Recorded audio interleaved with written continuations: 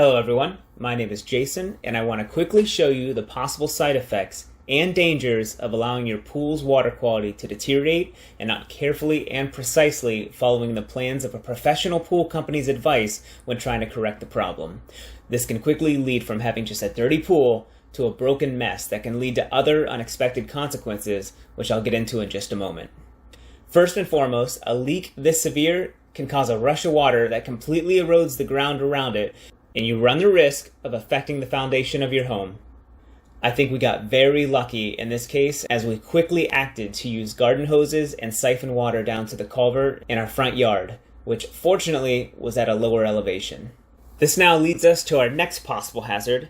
As the pool quickly drains, the pump begins to run dry, and that can quickly destroy the motor unless it has an auto shut-off feature. And of course, you can't forget the mess you end up with as muddy water gets pushed into every place it can find.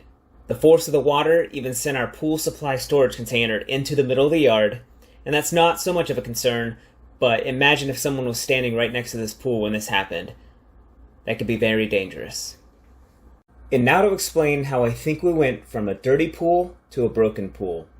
Anytime you have a pool, you want to buy a test kit like this and educate yourself on how to check your water and add chemicals accordingly, which is very simple and regimented until other variables get added to the mix, and that's where our issues started.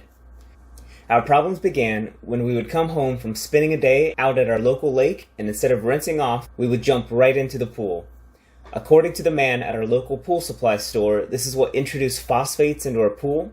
Because we were not properly educated on how to battle this, one proposed solution was to just add more chemicals, and one family member took it upon themselves to do this over and over as the pool would begin to clear, then get cloudy again, in what seemed like a never-ending battle. As you can see, it appears as if an explosion happened at the bottom of the pool as the chlorine tablets eroded away at the top layer of vinyl, because those tablets were just thrown in instead of first being dissolved, which is what's recommended in the kit booklet.